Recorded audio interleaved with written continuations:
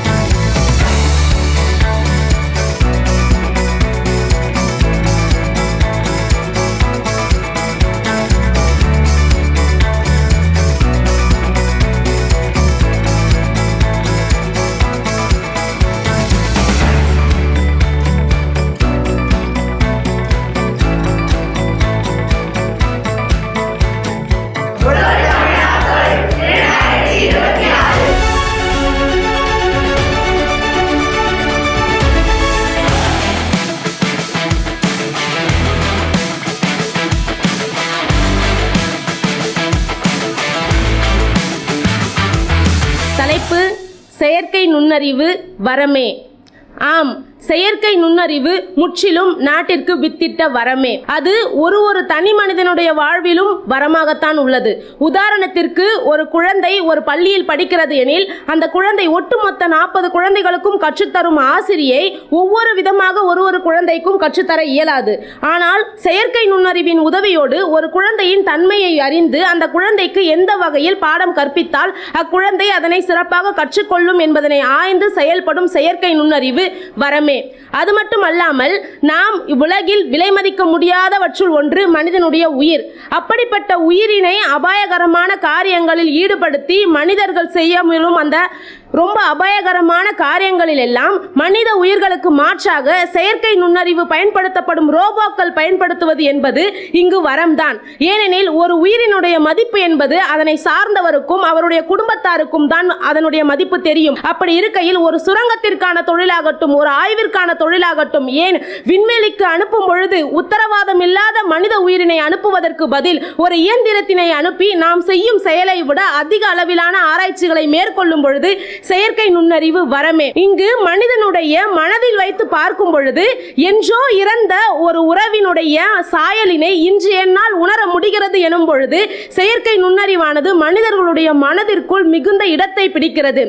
ஏனெனில் நான் என்னுடைய தந்தையையோ என்னுடைய தாத்தாவையோ என்றோ ஒரு நாள் பிரிந்திருப்பேன், இழந்திருப்பேன். அவர்களால் மீட்டு வர முடியாத அந்த உறவுகளை எல்லாம் என் அருகில் வைத்து படம் பிடிக்கும் வாய்ப்பினை எனக்கு ஏற்படுத்தி கொடுத்த செயற்கை நுண்ணறிவு என்பது நிச்சயம் வரமே. அது மட்டுமல்லாது, மருத்துவத்துறையில் செயற்கை நுண்ணறிவு மிகச் சிறந்த சாதனையை படைத்துள்ளது என்றுதான் நான் கூறுவேன். ஏனெனில் உடலில் உள்ள உறுப்புகளை எல்லாம் நன்கு ஆராய்ந்து செயற்கை நுண்ணறிவானது மிக சரியாக நுணுக்கமாக அறுவை சிகிச்சைகளை மேற்கொள்ளும் பொழுது அங்கு மனித உயிர் பாதுகாக்கப்படுகிறது. நிரந்தரம் இல்லாத இந்த உயிரினை இன்னும் இந்த உடலிற்கு நிரந்தரப்படுத்தி தரும் அந்த செயற்கை நுண்ணறிவு என்பது, அதனுடைய சக்தி என்பது மனித குலத்திற்கு வித்திட்ட வரமே. உலகத்தினுடைய வளர்ச்சி என்பது ஒவ்வொரு நாட்டினுடைய தொழில்நுட்ப முன்னேற்றத்தில் பெரும்பாலும் பங்கு வகிப்பது, பொருளாதார முன்னேற்றத்தை சார்ந்திருப்பது. இவ்விரண்டிலுமே மனிதனுடைய மூளையானது கொடுக்கும் அந்த சக்திகளை பயன்படுத்தி, தரவுகளை பயன்படுத்தி செயற்கை நுண்ணறிவானது அடுத்து வரும் இனிவரும் காலகட்டத்திற்கு நாம் மேற்கொள்ள வேண்டிய சிறப்பான தொழில்நுட்பங்களை எல்லாம் நமக்கு அளிக்கும் பொழுது செயற்கை நுண்ணறிவானது நிச்சயம் வரமாகத்தான் பயன்படுகிறது. ஒரு நாட்டினுடைய வளர்ச்சி எவ்வாறு அந்நாட்டினுடைய மக்களின் நலனில் இருக்கிறதோ அதுபோலவே வெளி உலகத்திற்கு அதனுடைய பொருளாதார முன்னேற்றத்திலும் தொழில்நுட்ப வளர்ச்சியிலும் அது மேற்கொள்ளும் அறிவியல் சார்ந்த ஆராய்ச்சிகளிலும் உள்ள பொழுது இது அனைத்திற்குமே மிக சரியான முறையில் உறுதுணையாக இருக்கும் செயற்கை நுண்ணறிவு வரமே. நன்றி. செயற்கை நுண்ணறிவு சாபமே. அறிவுடையார் ஆவார் அனைத்தும் உடையார் என்கிறார் வள்ளுவர். அந்த அறிவின் மிகப்பெரிய சக்தி தான் இந்த செயற்கை நுண்ணறிவு. செயற்கை நுண்ணறிவு இன்று அனைத்து துறைகளிலும் சிறந்து விளங்கினாலும் ஒவ்வொரு வளர்ச்சிக்கு பின்னாலும் சில சவால்களும் தீமைகளும் இருப்பதை நம்மால் யாராலும் மறுக்க முடியாது. எந்த ஒரு செயலையும் செய்வதற்கு முன்பு நாம் சிந்தித்து செயல்பட வேண்டும். அதுபோலதான் செயற்கை நுண்ணறிவை நாம் சிந்திக்காமல் பயன்படுத்தினால் அது நமக்கு சாபம்தான். இன்று செயற்கை நுண்ணறிவு அனைத்து துறைகளிலும் சிறந்து விளங்குகிறது. ஆனால் இது மனித குலத்திற்கு மிகப்பெரிய அழிவாக இருக்கிறது. ஏற்கனவே நம்மில் பலருக்கும் வேலைவாய்ப்பு இல்லாத நிலையில் அனைத்து துறைகளிலும் செயற்கை நுண்ணறிவு ஆக்கிரமித்துக் கொண்டால் இது மனித வாழ்வின் உயர்க்கும் பண்பையும் சிந்தனையும் மட்டுப்படுத்தும் அல்லவா? இன்று செயற்கை நுண்ணறிவால் அமெரிக்க நாடெல்லாம் அண்டை வீடாக மாறிவிடலாம். ஆனால் அண்டை வீடெல்லாம் அமெரிக்காவாக மாறிவிடும் அல்லவா? யாதும் ஊரே யாவரும் கேளர் என்ற சங்க இலக்கிய உணர்வு மனிதனுடைய உணர்வை வலியுறுத்துகின்றது. ஆனால் இன்று நாம் செயற்கை நுண்ணறிவின் மீது நம்பிக்கை வைப்பதால் இது மனித தொடர்பை குறைக்கிறது அல்லவா? இன்று பெண்கள் எதிர்காலத்தில் செயற்கை நுண்ணறிவின் மூலம் குழந்தையை பெற்றுக்கொள்ளலாம் என்று கூறப்படுகின்றது. ஆனால் சில சமுதாயங்களில் இதை பற்றிய தவறான புரிதல்களும் உள்ளன. இதனால் பெண்கள் மனசோர்வைக்கும் பொது விமர்சனத்திற்கும் ஆளாக்கப்படுகிறார்கள். பாரதியார் கூறியது போல, நிமிர்ந்த நன்னடையும் நேர்கொண்ட பார்வையும் நிலத்தில் யாருக்கும் அஞ்சாத நெறிகளும் திமிரு ஞான செருக்கும் இருப்பதால் செம்மை மாதர் திரும்புவதில்லையாம் என்று பாரதியார் கூறியது போல பெண்கள் புதுமை பெண்ணாக திகழ வேண்டுமென்றால் இந்த செயற்கை நுண்ணறிவு சமூக புரிதலுடன் நடக்க வேண்டும். அதுவரைக்கும் செயற்கை நுண்ணறிவு மனித வாழ்வில் சாபம்தான். இன்று செயற்கை நுண்ணறிவின் மூலம் நம் செவ்வாய் கிரகணத்தில் நீர் இருக்கிறதா என்று ஆராய்ச்சி பண்ணுகிறோம். ஆனால் அடுத்தவர்கள் மனதில் நாம் இருக்கிறோமா என்று நாம் நினைத்து பார்க்கிறோமா? இன்று செயற்கை நுண்ணறிவு அனைத்து துறைகளிலும் நம் வாழ்வில் இரண்டர கலந்து விட்டால் இன்று மனிதன் மனிதத்தன்மை இழந்து விட்டான் என்று தான் கூற வேண்டும். செயற்கை நுண்ணறிவு என்பது வளர்ச்சிக்கு வழிவகுத்தாலும் மனிதனின் மனிதத்துவம் முக்கியம் என்பதை நாம் அனைவரும் உணர்ந்து கொள்ள வேண்டும். சகோதரி கூறினார்கள், செயற்கை நுண்ணறிவினை ஆராய்ந்து செயல்படாவிட்டால் அது சாபமாகிவிடும் என்று. ஆம், ஆராய்ந்து செயல்படாவிட்டால் தான் அது சாபம். ஏனெனில் செயற்கை நுண்ணறிவுக்கான மூளையாக பயன்படுவதே மனித மூளைதான். அதனை சாவி கொடுத்து இயக்குபவன் நல்முறையில் செயல்படுத்தினால் எவ்வாறு செயற்கை நுண்ணறிவு என்பது சாபமாகும்? ஒருவனிடம் ஊசி உள்ளது எனில் அந்த ஊசியினை வைத்து பூவினை கோர்ப்பதும் துணியினை தைப்பதும் அதே ஊசியினை வைத்து தன் கண்ணை குத்திக் கொள்வதும் அவனுடைய மனநிலையில் உண்டு. அது ஊசியின் மீது இருக்கும் தவறு அல்ல. அடுத்ததாக சொன்னார்கள், அது பெண்களை கேள்விக்குறியாக்குகிறது, பெண்களுக்கு சாபமாகிறது என்று. உண்மையில் செயற்கை நுண்ணறிவு என்பது அறிவியல் பூர்வமான தொழில்நுட்பம். அதற்கு ஆண் பெண் என்ற பாகுபாடு தெரியாது. ஆண் பெண் பாகுபாடற்ற செயற்கை நுண்ணறிவு எவ்வாறு இந்த சமூகம் பெண்களை மதிப்பிடுவது போல பெண்களை மதிப்பீடு செய்யும்? அது மட்டுமல்லாது செயற்கை நுண்ணறிவினால் தொழில் வேலைவாய்ப்பு இழப்பு ஏற்படும் என்று கூறினார். நன்றி. சகோதரியர் கூறினார், செயற்கை நுண்ணறிவு என்பது ஆண் பெண் வேறுபாடு என்று தெரியாது என்று. இன்று நாம் ஒரு சமூக ஊடகத்தில் நாம் ஒரு காணொளியை காணும்போது அது நன்மையாக இருக்கிறது. ஆனால் சமூக ஊடகத்தில் பல நன்மை காணொளி இருந்தாலும் நான் நன்மையை பார்த்தாலும் அடுத்த வருகின்ற காணொளி தீமையாகத்தான் இருக்கின்றது. இன்று நாம் நல்ல கண்ணோட்டத்தில் காணொளியை பார்த்தால் கூட அடுத்து வரும் அந்த செயற்கை நுண்ணறிவு கெட்டதை காமிக்கும் போது அந்த நல்ல மனது கூட கெட்டதை பார்த்து நம் மனதில் தீமையை ஏற்படுத்துகின்றது. இன்று நாம் படிப்பதற்காக சமூக ஊடகத்தை பயன்படுத்துகின்றோம். ஆனால் இன்று பள்ளி படிப்பை முழுவதும் சமூக ஊடகத்தில் தான் நாம் கற்றுக்கொள்கிறோம். நான் இல்லை என்று சொல்லவில்லை. ஆனால் படிப்புக்காக நாம் தேடும் போது அதில் கெட்டதும் வருகிறது அல்லவா? இன்று நல்ல மனப்பான்மையின் கூட நாம் ஒரு காணொளியை காணும் போது நல்ல மனப்பான்மையை தீங்கு மனப்பான்மையை மாற்றுகிறது செயற்கை நுண்ணறிவு தானே. நன்றி.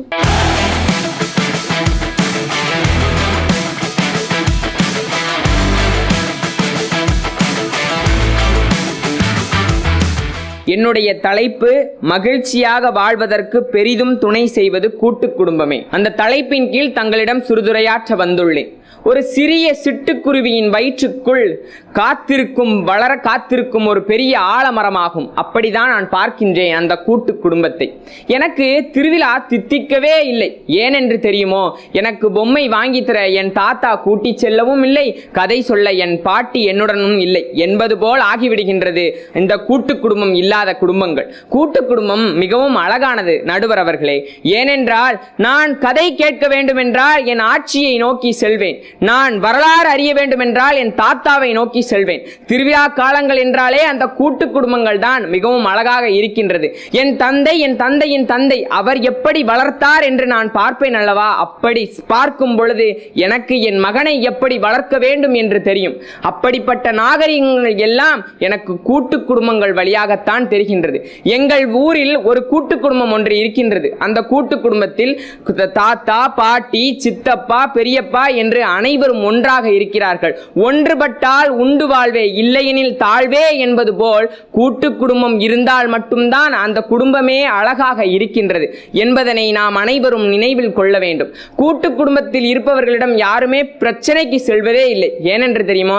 ஏனென்றால் அவர்கள் பிரச்சனை என்றால் கூட்டமாக வந்து விடுவார்கள் என்று அனைவருக்கும் பெருத்த பயம் இருக்கும். அதுபோலத்தான் கூட்டு குடும்பம் மிகவும் அழகான ஒரு குடும்பமாகும். ஒரு நாயின் மீது கல்லை எறியுங்கள், அது நொண்டிக்கொண்டே ஓடிவிடும். அதே ஒரு கல்லை தேனீ கூட்டின் மீது எறியுங்கள், உங்களை அது புண்ணாக்கிவிடும்.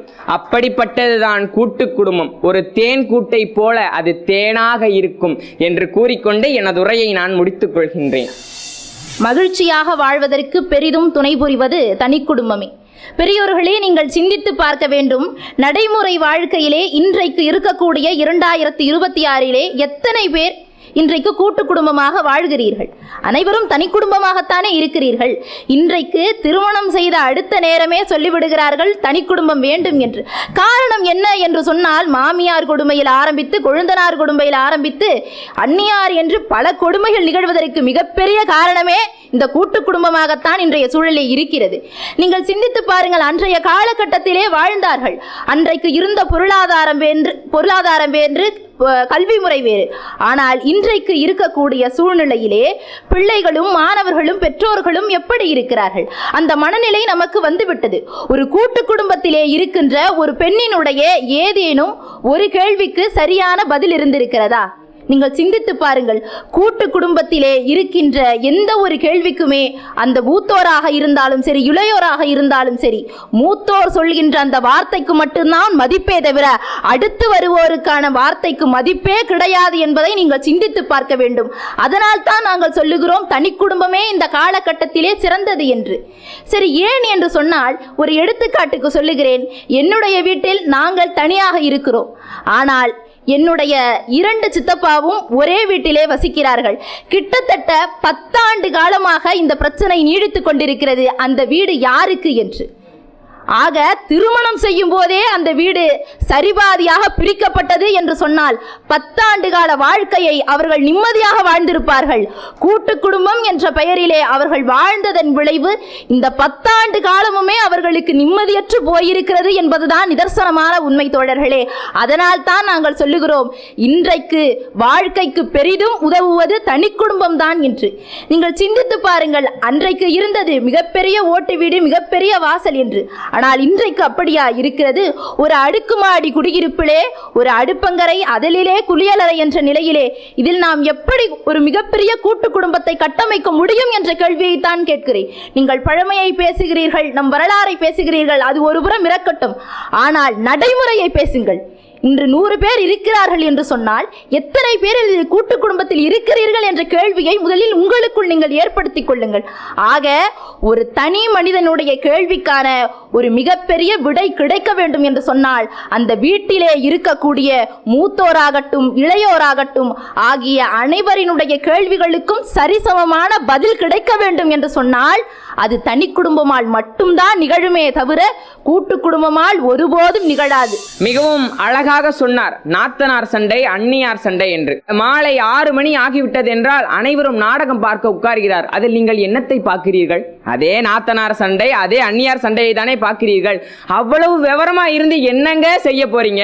அந்த சண்டையையும் பாருங்க.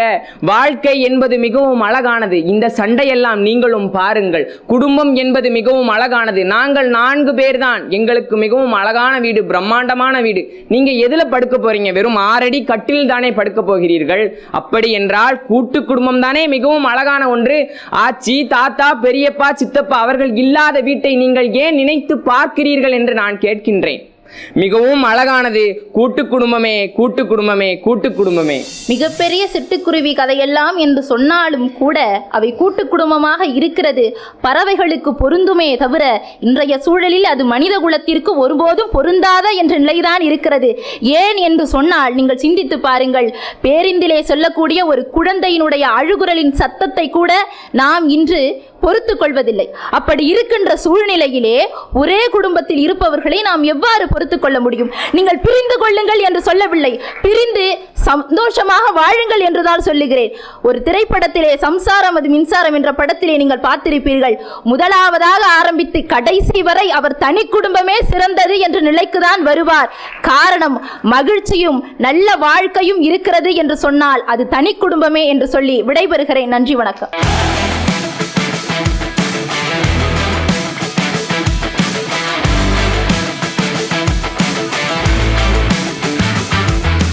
தலைப்பு: நாட்டுக்காக உயிர் நீத்த தியாகிகளை மதித்து போற்றுகிறோம். இன்றைய காலகட்டத்திலே இந்த நாடு எப்படி நடந்து கொண்டிருக்கிறது என்று பார்த்தால், வல்லரசை நோக்கி ஒரு சுதந்திர இந்தியாவாக வந்தே மாதரம் என்றே நடந்து கொண்டிருக்கிறது. அத்தகைய நாட்டை கொடுத்தவர்களுக்கு இன்றும் நாம் பாராட்டி சிலை வைத்து போற்றி அந்தந்த நாளில் வணங்குகிறோம் என்பதுதான் நிதர்சனமான உண்மை. ஒரு மிகப்பெரிய யானையை, அதனுடைய தும்பிக்கையை பிச்சை பாத்திரமாக மாற்றிய யானை பாகனை போல் வெறும் 500 ரூபாய் நோட்டுக்காகவும் ஒரு சாராய பாட்டில்களுக்காகவும் பிரியாணி பொட்டலத்துக்காகவும் வாக்குகளை விற்று கொண்டிருக்கிற இந்த சமயத்திலே நாட்டுக்காக பாடுபட்ட, இப்படி இருக்கிற சமயத்திலும் நாட்டிற்காக பாடுபட்ட தலைவர்களை போற்றிதான் இருக்கிறார்கள். ஒரு தலைவன் மறைந்து விட்டான் என்னும் போது தொண்டனுடைய குடும்பமே அழுகிறது என்று சொன்னால் அதை போற்றிக் கொண்டிருக்கிறார்கள் என்பதுதான் உண்மை. இன்றைய நாளிலே உயிர் நீத்த வீரர்களுடைய ஞாபகமாக கருப்பு தினமாக, காதலர் தினமாக அல்ல, கருப்பு தினமாக தான் அறியப்படுகிறது. இந்த நாட்டிற்காக போராடிய பெண்களை எடுத்துக்காட்டி அவர்களுடைய பெயரை சூடுகிற பெற்றோர்கள் இன்றும் இருக்கிறார்கள். வெட்டப்படுவது ஆடுகள் மட்டும்தான், புலிகள் இல்லை என்ற ஒரு வார்த்தைக்காக புலிதேவன் அன்று சுதந்திரத்திற்காக எதிர்த்து போராடினான். வீரன் சின்னமலையும் அவ்வாறே நாட்டை நோக்கி போராடினான். வேற்றுமையில் ஒற்றுமை கொண்டு கொண்டிருக்கிறது இந்தியா மட்டுமல்ல, தமிழகம்தான். அன்றைய சூழ்நிலையிலும் கருத்து வேறுபாடுகள் இருந்த போதிலும் தலைவர்களை போற்ற இந்த நாடு மறப்பதில்லை, மக்களும் மறப்பதில்லை. தமிழ்நாட்டை குறித்து சொல்லுகிறேன். தமிழ் வளர்ச்சி துறையிலே அத்தனை தலைவர்களுடைய பிறந்த நாளுக்கும் போட்டிகள் நடத்தப்பட்டு பரிசுகள் கொடுக்கப்பட்டு கொண்டிருக்கிறது. இந்த இந்தியாவிலே சுதந்திரம் என்று சொல்லும் போது சுதந்திரம் எப்படி பெற்றோம் தெரியுமா? சுயராஜ்யம், பூர்ண ஸ்வராஜ் என்று இந்தியன் இன்கார்னேஷன்ஸ் என்ற புத்தகத்திலே குறிப்பிடப்பட்டிருக்கிறது. சுயராஜ்யம் பெற்றதற்கான வரலாறையும் இன்று நாம் நினைவு கொண்டுதான் இருக்கிறோம். நன்றி. தலைப்பு: நாட்டுக்காக உயிர் நீத்த தியாகிகளை மதிப்பதற்கு தவறிவிட்டோம் என்பதுதான் நிதர்சனமான உண்மை. இன்றைய சூழலில் சிலைகள் வைப்பதும், கட் அவுட் அடிப்பதும், பேனர் வைப்பதும் தான் நாம் மதிப்பை தெரிவிக்கும் விதமா? மதிப்பு என்பது ஒரு உள்ளார்ந்த செயல், உள்ளார்ந்த சிந்தனை. அப்படிப்பட்ட சிந்தனை இன்று எவரிடத்தில் இருக்கிறது என்று சற்று சிந்தித்து பாருங்கள். ஆடுவோமே பள்ளி பாடுவோமே, ஆனந்த சுதந்திரம் அடைந்து விட்டோம் என்று சுதந்திரம் அடைவதற்கு முன்னரே அறைகூவல் விடுத்த பாரதியின் பெயர், மகாகவி பாரதியின் பெயர் இன்றும் வரலாற்றில் இடம் பிடிக்கவில்லை என்பதுதான் நிதர்சனமான உண்மை. இந்தியாவின் சுதந்திர வரலாற்றை திருப்பி பார்த்தோமேனால் தமிழக வீரர்களின் பெயர்கள் கூட இல்லை. வீரமங்கை வேலுநாச்சியாராக இருக்கட்டும், மருதுபாண்டியர்களாக இருக்கட்டும், அத்தனை பேரும் முதலாக ஆங்கிலேயரை எடுத்து குரல் கொடுத்த வீரமங்கை வேலுநாச்சியாரின் பெயரை மறுத்து ஜான்சி ராணியின் பெயரை போற்றுகிறது. அதுதான் இன்றைய நிலையாக நமது சமூகம் இருக்கிறது. இப்படிப்பட்ட சமூகத்தில் நாம் எங்க மதிப்பளிக்கிறோம்? நமக்காக உயிர் நீத்த தியாகிகளுக்கு, நமக்காக உயிர் நீத்த தியாகிகளை எங்கு நாம் மதிக்கிறோம் என்பதுதான் நிதர்சனமான உண்மை. இன்று போட்டிகள் நடத்துவதால், தலைவர்களின் பெயரை சொல்லி போட்டிகள் நடத்துவதால் அவர்களுக்கு மதிப்பளித்து விடுகிறோம் என்பது சரியாக முடியுமா? அது சரியான விஷயமா? உண்மையான மதிப்பு என்பது நாம் அவர்கள் கட்டி பாதுகாத்து தங்கள் இன்னுயிரை நீர்த்து பெற்று தந்த இந்த சுதந்திர நாளை எப்படி கையாகிறோம் என்பதில் தான் இருக்கிறது.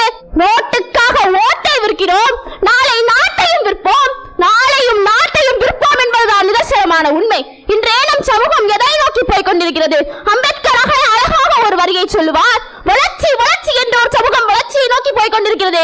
ஆனால் அந்த சமூகத்தில் இருக்கிற சாதிய ரீதியிலான, மத ரீதியிலான, இன ரீதியிலான அடக்குமுறைகளுக்கு எதிரான குரல்களை பதிவிடாமல் அது வளர்ச்சி வளர்ச்சி என்று சென்றால் அந்த வளர்ச்சியானது சாதி குவியல்களின் மீது கோட்டைகள் கட்டுவதற்கு சமம் என்று சொல்வார். அப்படிப்பட்ட கோட்டைகள் சுக்குநூறாகிவிடும். அப்படிப்பட்ட தலைவர்கள் எல்லாம் இந்த சமூகம் நம்மிடம் இருக்கிறது. அவர்களை எல்லாம் நாம் ஒருபோதும் போற்றுவதும் இல்லை, கட்டி காப்பாற்றுவதும் இல்லை. அடுத்த சமுதாயமே, உங்களிடம் ஒன்றே ஒன்றுதான் நான் கேட்டுக்கொள்கிறேன். வைரமுத்து ஐயாவின் வரிகளை கூறி, பாய்ந்து பழகும் இளைய நதிகளே பள்ளம் நிரப்ப வாருங்கள், காய்ந்து கிடக்கும் கழனிகள் எங்கும் கதிர்கள் சுமந்து தாருங்கள், காய்ந்து கிடக்கும் கழனிகள் எங்கும் கதிர்கள் சுமந்து தாருங்கள். வாருங்கள் இளைய சமுதாயமே, நாளைய தலைமுறைக்கு தமிழக வீரர்களை தங்கள் இன்னுயிரை ஈட்ட நாட்டுக்காக உயிரை விட்ட தாய்களின் வரலாற்றை இந்த சரித்திரத்தில் புரட்டி வைப்போம். வாய்ப்பிற்கு நன்றி. சகோதரி அருமையாக பேசினார். மறந்து விட்டோம் என்று சொல்லி அம்பேத்கரை இங்கு ஞாபகப்படுத்தி சென்றிருக்கிறார். எதை நாம் மறந்து விட்டோம்? பாரதியை மறந்தோமா? பாரதிக்கென்று ஒரு கழகம், கம்பனுக்கென்று ஒரு கழகம், சேக்கிழாருக்கென்று ஒரு கழகம் நடந்து கொண்டிருக்கிறது. பரிசு தொகையும் அறிவித்துக் கொண்டிருக்கிறார்கள். இன்று தமிழ்நாட்டிலே ஒரு அரசியல் கட்சி தொடங்க வேண்டும் என்று சொன்னால் அண்ணாவுடைய பெயர் இல்லாமல் தொடங்கி விடுமா? பெரியாருடைய பெயர் இல்லாமல் தான் இந்த நாடு இயங்கி விடுமா? தலைவர்களை போற்றிக் கொண்டுதான் இருக்கிறோம் என்பது நிதர்சனமான உண்மை. தலைவரை மறந்து விட்டோம் என்று சகோதரி சொல்லுகிறார்கள். அம்பேத்கரை எடுத்துக்காட்டாக சொல்லுகிறார்கள். நான் இன்னும் மறக்கவில்லை, மறந்து விட்டோம் என்று பேசுவதற்கே நான் அவரை மறக்காமல் பேசுகிறேன் என்று. இன்றைய காலகட்டத்திலே பொது தேர்வுகள் எழுத வேண்டும் என்று சொன்னால், அரசு தேர்வுகள் எழுத வேண்டும் என்று சொன்னால் தலைவர்களை ஞாபகம் வைத்துக் கொள்வதுதான் வழக்கம். எந்த தேர்வாகினும் தலைவர்களை ஞாபகம் வைத்துக் கொள்ளுகிற தன்மை இளைஞர்களுக்கு இருக்கிறது. நன்றி. தோழருக்கு ஒரு அன்பான வேண்டுகோள். இந்த தலைப்பு என்னவென்றால், நம் நாட்டுக்காக உயிர் நீத்த தியாகிகளை நாம் போற்றி பாராட்டுகிறோமா? வெறும் பரீட்சைக்காக மதிப்பெண்ணுக்காக படிப்பது போற்றுதலா, பாராட்டுதலா? அவர்களுக்கு நாம் அளிக்கும் மரியாதையா, இல்லை சிலைகள் வைப்பதுதான் மரியாதையா? அந்த சிலைகளுக்கு நாம் என்ன விதமான மதிப்பு கொடுக்கிறோம் என்பதுதான் மரியாதை. நாம் அடுத்த தலைமுறைக்கு அந்த சிலைகள் சொன்ன பாக்கியங்களை எப்படி கடத்தி செல்கிறோம் என்பதில் தான் மரியாதை அளிக்கப்படுகிறது. மகாத்மா இந்த உலகத்திற்கு அஹிம்சை என்ற ஆகச் சிறந்த ஆயுதத்தை விட்டு சென்றார். அதை மட்டும் இந்த உலகம் கெட்டியாக பிடித்துக் கொண்டிருந்தது என்றால் இன்றைய சூழலில் நிகழக்கூடிய பல போர்கள் இல்லாமலேயே போயிருக்கும் அல்லவா? அப்படிப்பட்ட நாட்டுக்காக இன்னுயிரை ஈத்த தியாகிகளை குறிப்பாக சொல்கிறேன். நாட்டுக்காக தங்கள் இன்னுயிரை ஈத்த தியாகிகள், மறுக்கப்பட்ட தாய்கள், மறக்கப்பட்ட தியாகிகளை நாம் அடுத்த தலைமுறைக்கு கடத்த வேண்டும் என்பது இன்றைய